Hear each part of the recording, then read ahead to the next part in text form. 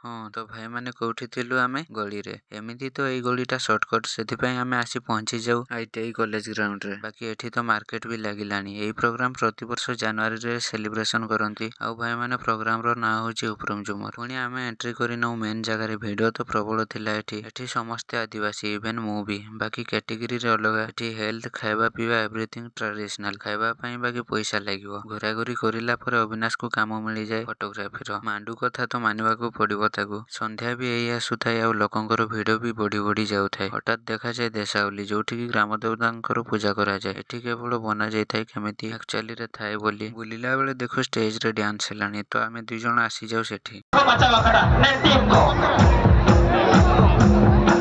ଆଉ ଜଣେ ସାଙ୍ଗ ମଧ୍ୟ ଭେଟ ହେଇଯାଏ ସେଠି ଅମନ। ବାକି ତାନସେନ ମାନେ ବି ଆସିଥିଲେ ୱିଥ ଟ୍ରାଡିସନାଲ ଡ୍ରେସରେ। ଆମକୁ ଭୋକ ଲାଗିବାରୁ ଆସିକି ଖାଇ ନଉ ଖିଚିଡି। ପୁଣି ସମସ୍ତେ ମିଶିକି ଡ୍ୟାନ୍ସ କରନ୍ତି। ମତେ ତ ଆସିନି ତାଙ୍କ ଡ୍ୟାନ୍ସ।